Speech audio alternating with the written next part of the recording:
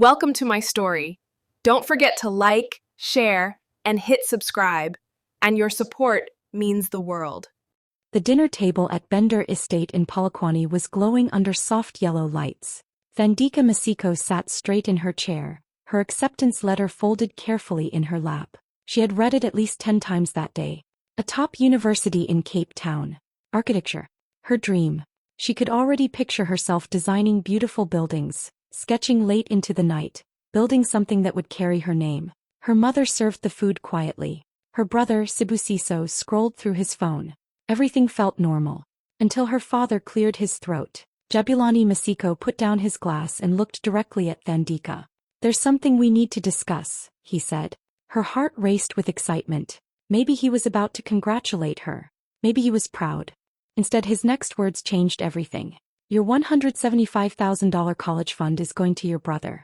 He needs it more." The room went completely silent. Thandika blinked, thinking she had heard wrong. Sibusiso finally looked up, surprised but not confused. Almost like he already knew. "He wants to study business overseas," her father continued calmly. "It's a better investment." Thandika felt the air leave her lungs. "But, my admission," she whispered. "You're practical," her father said firmly. "Learn a trade. You'll be fine." Her mother avoided her eyes. No one defended her. No one argued. Thandika forced a small smile so no one would see her breaking.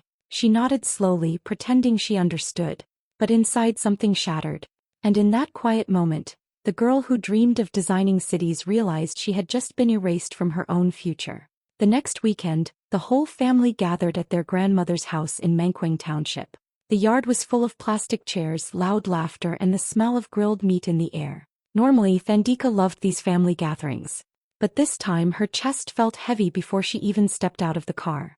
The news had already spread. "Sibusiso is going overseas," one aunt announced proudly, like it was a national achievement. Relatives surrounded her brother, shaking his hand, patting his back, calling him the future of the Masiko family. Her father stood tall, smiling wider than she had seen in months.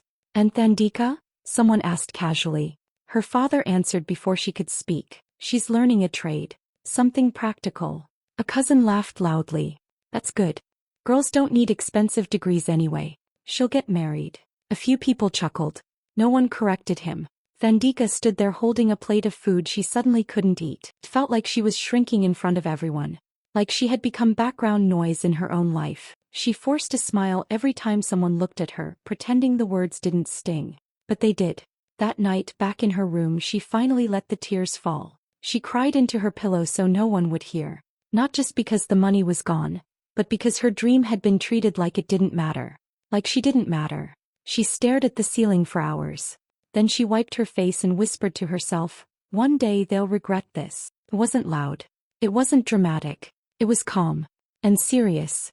A week later she enrolled in a technical training center in Rustenburg.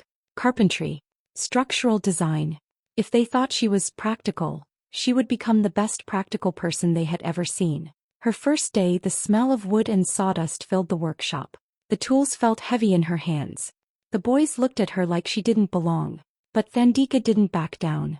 If she had to learn a trade, she wouldn't just learn it. She would master it. Thandika's new life started before sunrise. Every morning in Rustenburg, her alarm rang at 5 a.m. While the city was still quiet, she was already tying her hair back and putting on her work boots. The workshop smelled like dust and fresh timber. The first week her hands were soft. By the second week they were covered in small cuts and bruises. Heavy wood panels scraped against her arms. Her muscles ached in places she didn't even know existed. Some of the male students didn't bother hiding their doubts. "Are you sure you're in the right class?" one of them joked when she struggled to lift a beam. Another laughed when she picked up a power drill. "This isn't fashion school." Thandika didn't argue. She didn't complain. She just kept working. One afternoon, while others rushed through a basic table assignment, she stayed behind, adjusting the legs, smoothing the edges, making the lines cleaner. She wasn't just building furniture. She was imagining spaces, rooms, homes. That's when her instructor, Mr. Cabello Dlamini, stopped beside her station. He watched quietly as she added a curved detail to the side panel. "You don't think like a carpenter," he said. Her heart dropped for a second, thinking it was criticism. "You think like a designer." That one sentence changed everything. Mr. Dlamini began challenging her differently. He told her to stop copying standard models and start creating her own. Combine structure with beauty, he said.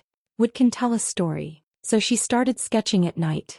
Not buildings, but custom furniture inspired by African patterns, bold geometric shapes, carved details that reminded her of home. Tables that looked like art, chairs that felt powerful. On weekends she carried small pieces to local markets in Mahikeng. At first people only looked. They asked questions, touched the wood, walked away. Then one Saturday, a middle-aged couple stopped in front of her handmade dining table. It had a strong, simple frame with carved side panels inspired by traditional designs. They didn't bargain. They didn't hesitate. "We'll take it." When they handed her the payment, her hands shook. It wasn't just money. It was proof. As she watched them load the table into their truck, something lit up inside her again. For the first time since that dinner in Polokwane, Thandika felt powerful. Not because someone gave her a chance, but because she was building one with her own hands. While Thandika was waking up before sunrise and sanding wood until her fingers hurt, Sibusiso was living a completely different life in Nairobi, Kenya. His social media was full of bright city lights, rooftop parties, expensive restaurants, and designer clothes. Every week there was a new post, new friends, new locations, new captions about big moves and future billionaire mindset. He looked confident, successful, untouchable. Back home in Polokwane, their father proudly showed everyone those pictures. At family gatherings he would pass his phone around.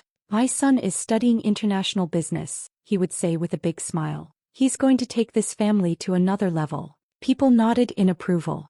Meanwhile, Thandika's name was rarely mentioned. But slowly small cracks began to appear. One afternoon her mother casually mentioned on the phone, "Your brother is having a little difficulty with some classes. It's normal." Another time she overheard her father arguing quietly about tuition payments and unexpected expenses. Then came whispers from cousins. Missed exams. Low grades. Extra semesters needed. Sibusiso had also started talking about business ideas. Online stores, import deals, investment schemes. But none of them seemed to last more than a few months. Money was going out faster than results were coming in. Still, on social media everything looked perfect. Thandika noticed. Of course she did. But she didn't react. She didn't comment. She didn't compare. Instead she focused on her own growth. After finishing her training, she began taking small construction jobs in Bloemfontein. Nothing glamorous at first. Repairing wooden decks, installing cabinets, designing small office spaces. She showed up early, delivered on time, never made excuses. Contractors started noticing the young woman who worked harder than most men on site. "Call Thandika," someone would say. "She gets the job done." One small contract turned into two. Two turned into 5. Her name slowly started circulating in local contractor circles. Not because she was someone's daughter. Not because she studied abroad. But because her work spoke for itself. While the golden sun was shining online, Thandika was quietly building something stronger in real life. And this time no one could take it away from her. By the time Thandika heard about the National Small Business Competition in Johannesburg, she almost didn't apply. It felt too big, too important. People from all over South Africa would be there. Engineers, tech founders, business graduates with fancy presentations. For a moment she doubted herself. Then she remembered the dinner table. The laughter in Mankweng. The words, "Learn a trade." So she applied. For weeks she worked late into the night preparing her idea. It wasn't just furniture anymore. It was something bigger. She designed a concept for affordable eco-housing built from recycled timber. Strong, beautiful homes made from reclaimed wood and sustainable materials. Homes that low-income families could actually afford. Homes that were modern but proudly African in style. On the day of the competition, she stood on a stage in Johannesburg with bright lights in her eyes and judges staring at her. Her hands were steady. Her voice was calm. "I didn't study architecture at university," she said honestly. "But I studied wood. I studied structure. And I studied how to build with what we already have." She showed 3D sketches, cost breakdowns, and a small wooden model she built herself. The room grew quiet. The judges leaned forward. When the results were announced, her heart pounded so loudly she could barely hear. "Second place goes to Thandika Masiko." The applause felt unreal. She didn't win first place, but she won funding, mentorship, and national attention. And that was enough. Within months, she officially launched her company, Imbokodo Designs. The name meant strength, resilience, the power of women who endure and rise. Social media picked up her story. People started sharing her journey. Headlines called her the girl who built her own future. Orders increased. Investors reached out. Interviews followed. And one evening, as she stood in the living room of her own apartment in Santon, looking out at the city lights, she smiled softly. No one gave her that space. She built it. From recycled timber. From rejection. From a lesson that was meant to limit her, but instead made her unstoppable. 5 years had passed since that night in Mankweng when Thandika cried herself to sleep. She was 23 now, and the girl who once carried bruised hands and heavy timber in Rustenburg had become a force to be reckoned with. Her company, Imbokodo Designs, had grown beyond anything she had imagined. From small carpentry jobs in Bloemfontein to full-scale eco-housing projects across Gauteng, her name was everywhere. Local contractors respected her, clients trusted her, and national media had noticed. A glossy feature in African Business Review magazine called her the visionary young woman redefining South African construction. The photos showed her standing confidently at a project site, blueprints in one hand, a coffee cup in the other, the city skyline behind her. Yet life had taken a different turn for Sibusiso. After years of luxury posts, failed investments and parties in Nairobi, he returned home. No degree, heavy debt, a startup that had collapsed before it even took off. The golden son of the family now looked tired, worn, and uncertain. At the Masiko estate, tension was thick. Jabulani's face carried lines of worry that hadn't been there before. The pride in his son's achievements had evaporated. Bills stacked up, creditors called, and the family business in Pretoria was under pressure. Even at dinner, the laughter that once filled the Bender estate felt forced, strained, like a mask over stress. Thandika watched all of this from a distance. She didn't gloat. She didn't post pictures of her success for them to see. She simply kept building, kept designing, kept pushing forward. While Sibusiso and her father struggled to patch together what they had lost, Thandika had created something lasting. A brand, a reputation, a future she owned completely. She realized quietly that life had a strange way of balancing things. The lessons she had learned the hard way had turned into power, patience, and skill. And now, standing in her sleek Santon office, looking over the city she was helping to shape, Thandika felt a sense of calm satisfaction. The world was watching. Her family was watching. And the girl who had once been told to learn a trade had become unstoppable. One quiet Tuesday afternoon, Thandika's phone rang. The number was familiar but unexpected. Her father. She hesitated for a second, then answered. Thandika. His voice was low, strained, almost unrecognizable. I need your help. The business, it's falling apart. Her heart skipped a beat. After years of distance, after dinners where she had been ignored, after the humiliation and broken promises, here he was asking for her. She didn't respond immediately. She listened as he explained. Contracts delayed, debts mounting, employees leaving, projects incomplete. The company in Pretoria, the one she had once been banned from entering, was on the edge of collapse. Come tomorrow, he said finally. I don't know who else to turn to. The next morning, Thandika drove to Pretoria. The building loomed large, familiar yet strange. Memories of being dismissed, ignored, told she wasn't good enough, flooded her mind. She paused at the door, took a deep breath, and walked in. Inside, employees stopped what they were doing. Whispers rippled across the office. Is that Thandika? I heard she's running her own company now. Their eyes followed her as she passed through the corridors. Some smiled, some looked stunned. Her father was waiting in his office, hunched over piles of papers and accounts. When he looked up and saw her, his face was a mix of relief and shame. I was wrong, he said quietly, almost a whisper. His voice trembled slightly. I didn't see what I had. The room was heavy with emotion. Thandika's hands itched to organize, to correct, to fix, but she stayed still. She watched him, saw the worry, the exhaustion, the regret. For the first time in years, the power in the room shifted. She wasn't the timid girl who had been told to learn a trade. She was the woman who had built an empire with her own hands, with her own skill, with her own determination. And now he needed her. Thandika nodded once, a calm, steady movement. She didn't say yes immediately. She didn't scold him. She simply stepped closer, ready to see the full situation for herself. The silence between them was heavy, tense. But underneath it all, something had changed. This time she held the power. Thandika spent the first few hours in her father's office quietly going through the company's finances. Piles of paperwork, half-finished spreadsheets, and outdated systems told a story she had already expected. Mismanagement. Payments were missed, contracts weren't properly tracked, and Sibusiso's name appeared on nearly every poor decision. She took notes. She didn't need to react emotionally, she already knew what had to be done. After a few hours, she called her father into the conference room. "I can help," she said clearly. "But we need a new structure. A partnership, but on my terms." Her father hesitated. "My terms? You want control?" "Yes," she replied without hesitation. "Majority control. I'll restructure operations, streamline everything, and remove the financial chaos. Sibusiso cannot stay in charge of money anymore."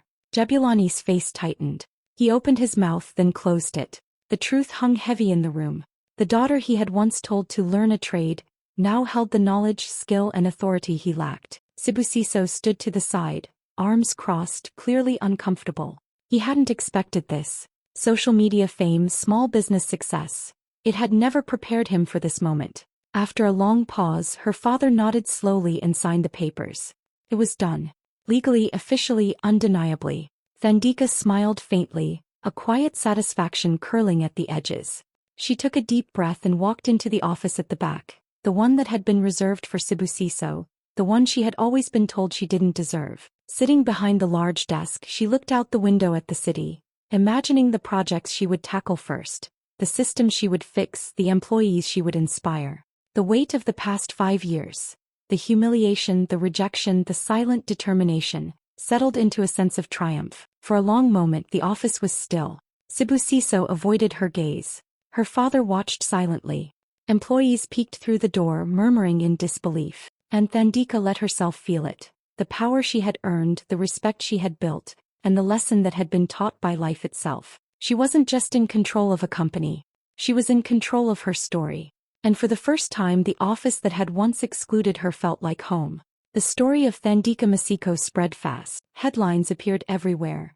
Daughter who was told to learn a trade saves family empire. Social media buzzed with her name. People shared her journey from the girl ignored at family dinners to the woman who had taken control of a collapsing business and turned it around. A few weeks later she was invited to give an interview at the Durban waterfront. The city shimmered behind her, sunlight reflecting off the water as cameras clicked and lights flashed. Reporters asked about her success, her journey, even her family struggles. She listened carefully, then spoke with calm confidence. "Trades build nations," she said simply. "Education comes in many forms. You don't need a university degree to make a difference. You need skill, dedication, and the courage to keep going no matter what anyone tells you." The words resonated. They weren't just for the cameras. They were for every young girl who had been told she wasn't enough, every person who had been pushed aside or underestimated. Messages poured in.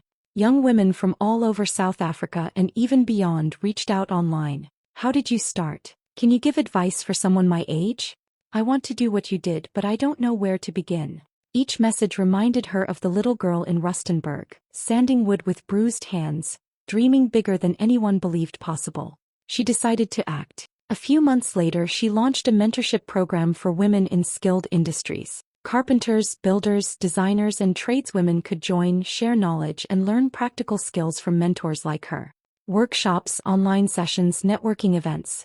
It became a community of support, strength, and ambition. Thandika watched young women gain confidence, take their first contracts, and build their own businesses. The sense of pride was overwhelming. This wasn't just her victory anymore. It was theirs too. Everywhere she went, she reminded people of the same truth she had learned the hard way. Talent and determination can't be measured only by degrees or money. Real education is what you do with your hands, your mind, and your courage. And as the sun set over Durban, Thandika smiled, knowing her story was no longer just about her. It was about opening doors, breaking ceilings, and giving others the power to rise, just like she had. The dining room at Bender Estate in Polokwane looked almost the same as it had 5 years ago. The polished table, the chandeliers, the familiar hum of the ceiling fan. But everything felt different this time. The air wasn't heavy with judgment or disappointment. It was calm, even warm. Her father, Jabulani, lifted his glass first. "To Thandika," he said, his voice carrying both pride and a hint of regret. The family followed, raising their glasses. Thandika caught her mother's eyes. Tears glimmered there, soft and quiet. Sibusiso shuffled slightly, then spoke, voice low but sincere. I'm sorry, Thandika. I should have supported you. Thandika smiled gently. She didn't gloat. She didn't bring up the dinners, the college fund, or the humiliation. She simply looked around the table and said clearly, You told me to learn a trade. I did. And I built an empire. Her words hung in the room like sunlight through the windows.